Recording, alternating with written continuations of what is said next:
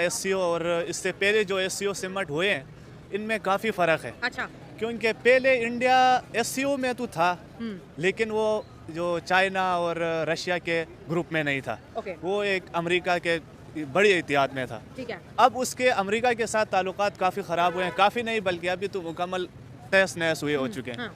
तो अब उसके लिए एससीओ समिट भी अहमियत इख्तियार कर गया है कि यहाँ अब कुछ बड़ा होगा और उसको चाइना और रशिया के नज़दीक आना है। वो पहले से रशिया के तो पहले से ही नज़दीक है, लेकिन वो अब चाहता है कि अब मैं चाइना के साथ भी ऐसा एक इत्तेहाद बनाऊँ। क्योंकि आज ही नरेंद्र मोदी ने मेरे ख्याल में कहा है कि हमारी तकरीबन 1 बिलियन से ज़्यादा हमारी आबादी है और इसी तरह चाइना की भी 2 बिलियन से भी ज़्यादा है। तो अब दोनों बड़ी आबादियों को इत्तेहाद करना है और हमें इस इत्तेहाद के लिए चाइना के और इंडिया के बॉर्डर पे यानी कि नरमी लानी है। हाँ। क्योंकि चाइना की फ़ौज अगर हमारी वहाँ बॉर्डर पे अंदर घुसेगी तो इससे हमारे ताल्लुकात ख़राब हो सकते हैं। लेकिन और हम नहीं चाहते कि ऐसा हो आइंदा, यानी कि ज़रा हम एहतियात से चलें। असल में इंटरनेशनल पॉलिटिक्स जो होते हैं उसमें कोई आपका परमानेंट कोई दोस्त या दुश्मन नहीं होता। तो अभी इंडिया भी मोदी मेरे ख्याल में अच्छा कर रहा है कि अगर अमेरिका के साथ उनके साथ ताल्लुकात ख़राब हो रही है तो एक दूसरे ब्लॉक में शिफ्ट हो रहा है, चाइना के ब्लॉक में, चाइना और रशिया के ब्लॉक में। तो मोदी जो भी करता है वो बराबरी के बुनियाद पे करता है। मतलब जिस तरह पाकिस्तान करते हैं ना, अमेरिका के साथ बहुत अच्छी दोस्ती है लेकिन उनको वो बराबरी के लेवल पर कभी भी नहीं लेके आए। अब जितना भी देखो वार ऑन टेरर को देखो, उन्होंने इतना पाकिस्तान में कुर्बानी दी लेकिन ऊपर से फिर आखिर में अमेरिका कह रहे हैं कि डू मोर का वो कह रहा था। लेकिन मोदी जो भी कर रहे हैं, अगर अमेरिका के साथ वो ताल्लुकात बना रहे हैं या चाइना के साथ बना रहे हैं, लेकिन वो बराबरी के लेवल पर बना रहे हैं। तो इस वजह से मोदी का ये वो अच्छा है, क्योंकि अगर वो चाइना के साथ ब्लॉक नहीं बनेगा तो फिर वो अकेला बन जाएगा। चाइना उसके साथ बॉर्डर पे भी खड़ा हुआ है और एक सुपर पावर भी है, तो उसके साथ वो अगर अच्छा ताल्लुकात बनाएगा तो आगे अपने लोगों को के लिए ग्रोथ का कुछ मतलब 2 पावर्स में से एक पावर भारत को चाहिए। हाँ। लेकिन हमारे पास तो इस टाइम दोनों ही पावर्स है, चाइना भी हमारे पास है और अमेरिका भी हमारे साथ है। और मुझे लगता है कि ये एक बहुत ज़्यादा हमारे लिए भी एक टफ टास्क होगा कि हम अपने कंट्री में चाइना और अमेरिका दोनों को इक्वल लेके चले, क्योंकि इंडिया तो एक साइड पे हो गया, अमेरिका के ब्लॉक से निकल के चाइना और रशिया के साथ बैठ गया। तो ये एससीओ मुझे लगता है कि जैसे वो कह रहे हैं कि हमें चाहिए कि हम एक दूसरे की इसी तरह रिस्पेक्ट करें और एक दूसरे का इसी तरह ख्याल रखें ताकि रिलेशन बड़े लॉन्ग चले। और चाइना ने भी बड़ा वार्मली वेलकम किया नरेंद्र मोदी को, ऐसा लग ही नहीं रहा था कि 2 दुश्मन आपस में मिल रहे हैं। तो एक तरफ एक को चूज़ करना और हमने दोनों को ही चूज़ किया हुआ अपने। असल में पाकिस्तान का आप हिस्ट्री देखो, पाकिस्तान का हमेशा से यही पॉलिसी रही है कि वो दोनों को ही चूज़ करते हैं। लेकिन उसमें जो सबसे बड़ा डिसएडवांटेज है कि वो कभी भी बराबरी के लेवल पर एक के साथ भी नहीं चलता।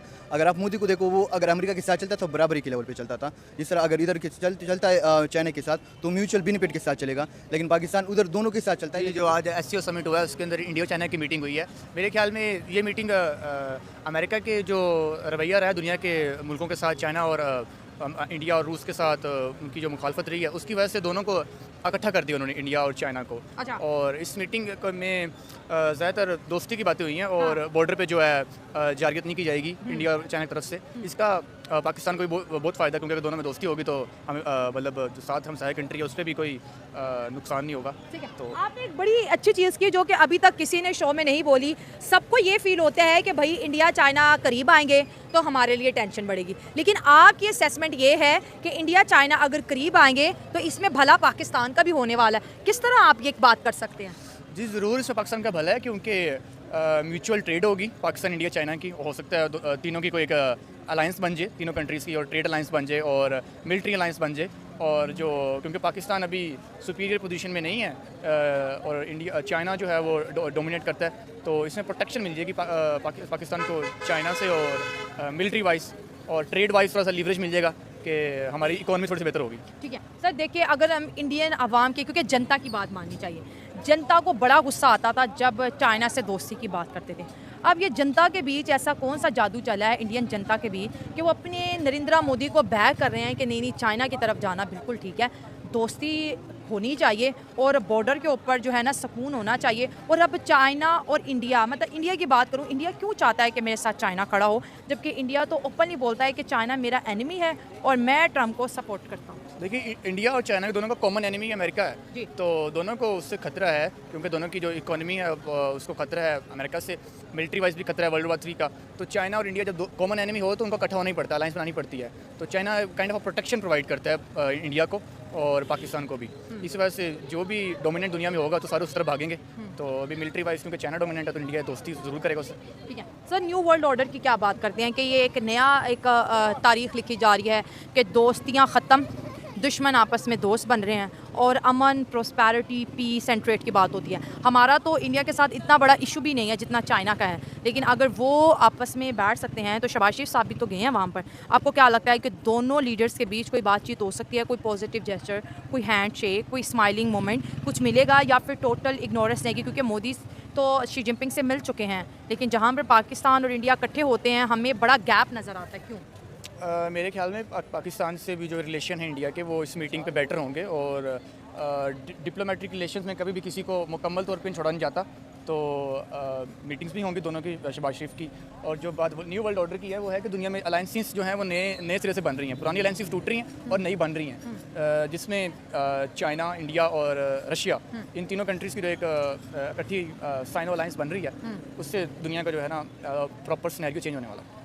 की बात करें तो एक पॉजिटिव, क्योंकि बॉर्डर से जितनी ज़्यादा टेंशन खत्म होगी उतना ही प्रोस्पेरस या हमारा एशियन रीजन होगा। अच्छा, आज न्यूयॉर्क टाइम ने भी एक खबर छापी, उन्होंने बोला कि नरेंद्र मोदी ने जब पाकिस्तान के आर्मी चीफ आसिम मुनीर साहब जब अमेरिका में थे, उस दौरान ट्रम्प ने नरेंद्र मोदी को कॉल की थी कि आप भी आएँ। तो नरेंद्र मोदी उन्होंने बोला था एक तो मैं आ नहीं रहा, और दूसरा जो है आपने इंडिया और पाकिस्तान के बीच कोई जंग नहीं रुकवाई, ये हम मतलब इंडिया और पाकिस्तान दोनों ने मिलकर सॉल्व किया था कि हमें जंग करनी है या जंग बंद करनी है। तो आज न्यूयॉर्क टाइम जो है नरेंद्र मोदी के कोर्ट्स को लिख रहा है, तो कहीं ना कहीं वो जो एक प्रेशर है कि मोदी जो है ट्रम्प का नाम नहीं लेता क्योंकि ट्रम्प ने सीज फायर कराई है। आज न्यूयॉर्क टाइम लिख रहा है कि मोदी साहब ने बिल्कुल ट्रम्प को बोला कि तुमने सीज फायर नहीं की। तो ये चीज़ आप किस तरह देखते हैं कि दोनों लीडर्स के बीच का ये नोबेल पीस प्राइज़ की टेंशन थी जिसकी वजह से इंडिया ने चाइना को चूज़ किया, और न्यूयॉर्क टाइम जो कि खुद अमेरिका का इत्तेहादी अखबार है वो लिखता है कि मोदी साहब ने तो ट्रम्प को बोला है कि तुमने तो सीज फायर नहीं करवाई। तो कहीं ना कहीं ऐसा लग रहा है कि अब जो चीज़ें हैं जहाँ पे इंडिया डाइवर्ट हो रहा है, तो अमेरिका की जो एक ज़ाहिर है अभी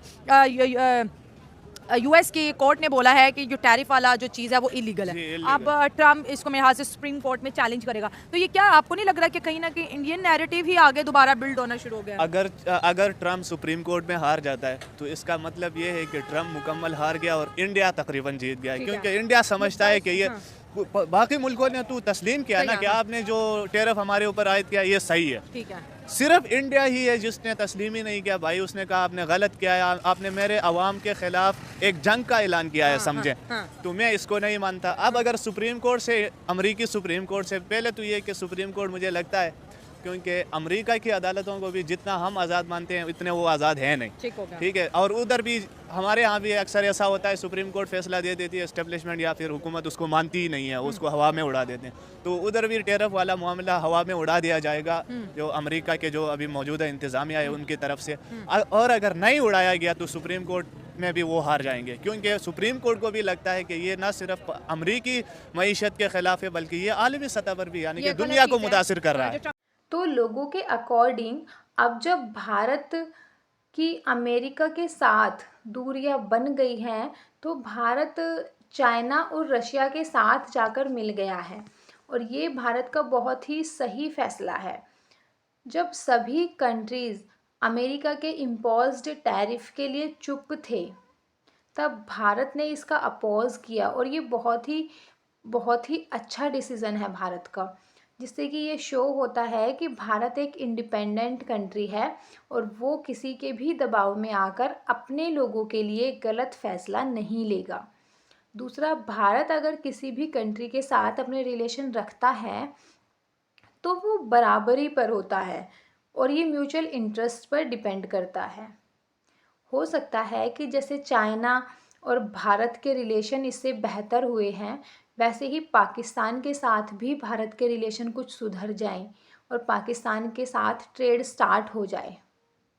लेकिन ये भी हो सकता है कि चाइना भारत के साथ अपने रिलेशन बनाते हुए पाकिस्तान को ही साइड कर दे, क्योंकि जिस तरह से एससीओ समिट में मोदी जी का वार्म वेलकम किया गया, रेड कारपेट पर ऑफिशियल्स का मिलना, चाइनीज़ स्टूडेंट्स का सांस्कृतिक नृत्य करना और इंडियन कम्युनिटी की भारत माता की जय बोलकर मोदी जी का सम्मान करना, और लास्ट में शी जिनपिंग और उनकी पत्नी ने मोदी जी का वेलकम किया।